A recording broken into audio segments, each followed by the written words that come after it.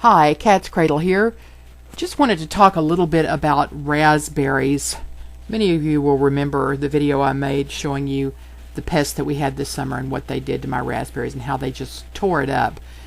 And I was very concerned because I have Everbearing raspberries and they're supposed to produce twice a year, and I was very afraid they wouldn't bounce back.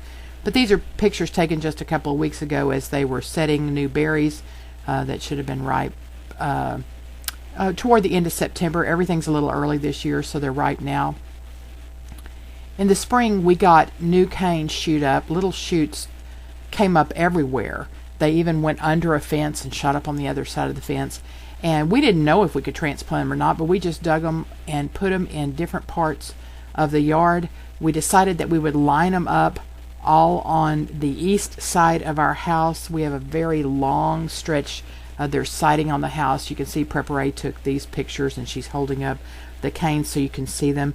And we spaced them about every 3 or 4 feet apart, and we've supported them with tomato cages because the canes get very heavy with the berries, so we're just trying to support them. We had no idea what we were doing. We were just experimenting. So we put them about every 3 feet. We mulched them in good with straw.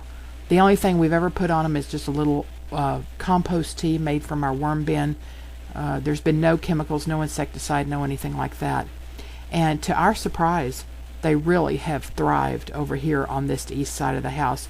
There's another house, our next door neighbor's house is very close to us, and the good thing about it is that it shades this area, and raspberries seem to like that. In nature, they will grow in partially shaded areas in the woods, and they have done so well on this side of the house, actually better than where the original plants are. Look at these canes that are just loaded with berries, and what I like about them is really they do ripen over several weeks, so I don't end up with so many that I can't handle. This day that Prepare took these pictures, she came out with this little bowl and had to come back and get a much bigger bowl, and she had collected 3 cups, and we've eaten so many of them that we're really kind of tired of them right now, so I just wash them and put them in a container. I measure them when I put them in a container, and then I label that container like we've been getting about 3 cups every 2 days, and I just label those containers and put them in the freezer. When I'm ready to make jam and jelly, they're already washed. I already know how much is in there. I don't have to measure them. I can just get right to it and make the jam. Our canes are just loaded, and I never expected that because this is the first year for these canes on this side, and you can see as we placed them along this wall, we did that intentionally, planting them carefully under each window because they are very prickly, and when these get pretty big, it's not going to be very fun to if you were try to get into our window. Of course you could just cut the berries down and do that, but if you're not clever enough for that, it might deter somebody from messing around under your window. So here is looking from the south to the north, and you can see berries all along the way, and we intend to plant more next year. The original plants are in full sun, and for those berries that grow on top of the canes, they will get sunburned, and that's what these little tiny white spots are. Doesn't affect the taste at all. You can eat them. You don't have to pick them off, and they still have juice in them, but they do get it looked like mold at first when I first saw it, but it's just sunburn. And so if you can provide a little shade for them in the heat of the day, like where we've planted them on the east side of the house, it's just perfect. They're such a great food, loaded with antioxidants, loaded with vitamins, not to mention that they taste like candy. They're so delicious. We ordered ours originally from Stark Brothers Nurseries. If you've watched my videos for very long, you know I'm very fond of that company. They deliver great plants, both fruit trees, berries, that kind of thing, and excellent customer service. They don't just put anybody on the phone. They put people on with knowledge, and if you ask a question that they can't answer, they will go get the answer for you. I really like this company. What I like about these berries is that it will provide perpetual food for us. And at Stark Brothers Nursery right now, I went and looked for you.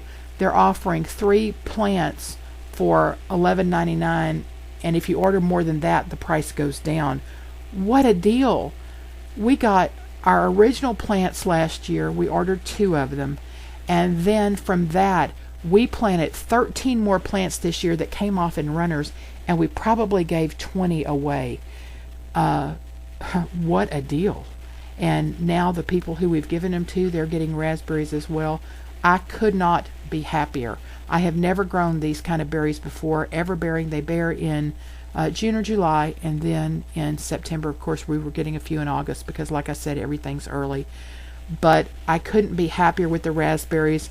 I'm so pleased with how they bounced back after the insect damage earlier in the year, because new canes shot up, and that's very exciting. I'll show you some more raspberry videos probably this coming spring. When I go to prune them, I'll show you how I do that. I hope you'll consider raspberries. What an easy food to grow, and I like foods in my garden that I don't have to plant from seed every year. I like those foods that come back: asparagus, raspberries, blackberries, those kind of things.